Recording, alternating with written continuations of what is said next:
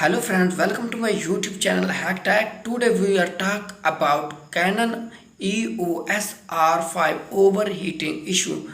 First, kindly request you please subscribe my YouTube channel Hack for more interesting videos. So let's get started.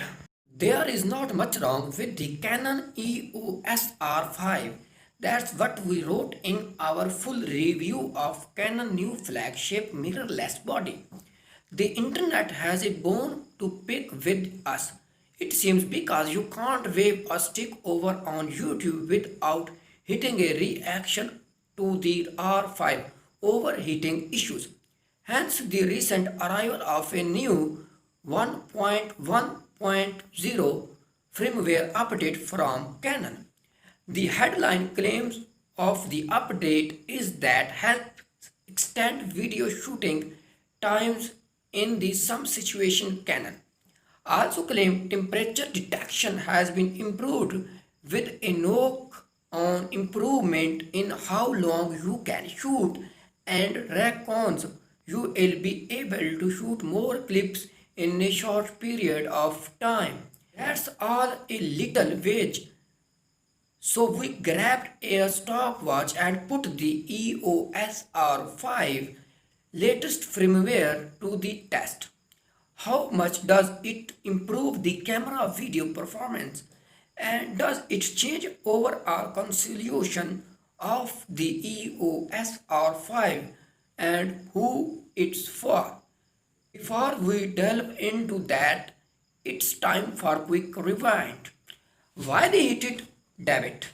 If you are not familiar with the overheating controversy surrounding the Canon EOS R5, it's worth stepping back to explain what's going on. The Canon EOS R5 is a hybrid camera that shoots video at some incredible high bitrate OPT for its maximum 8K raw video quality, and it pake away 3600 Mbps 4K at 100 fps, produce a bitrate of 1880 Mbps, 50 fps equals 940 Mbps, 1000 Mbps if you shoot 10-bit Canon log. Shuffling all data around equal busy internal components, and busy internal components equals heat.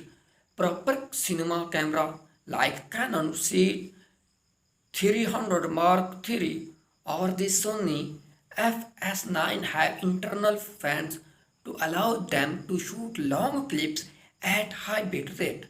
That doesn't really work on consumer or even prosumer mirrorless camera.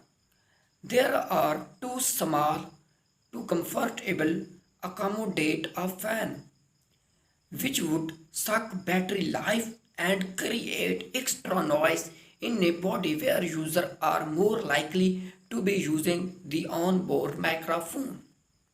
Canon's approach to the R5 heat generation was arguably miscommunicated. The camera was able to detect on overheating and shut down protectively, but as internet sleuth quick discovered, dramatic changes to the ambient temperature didn't make a huge difference.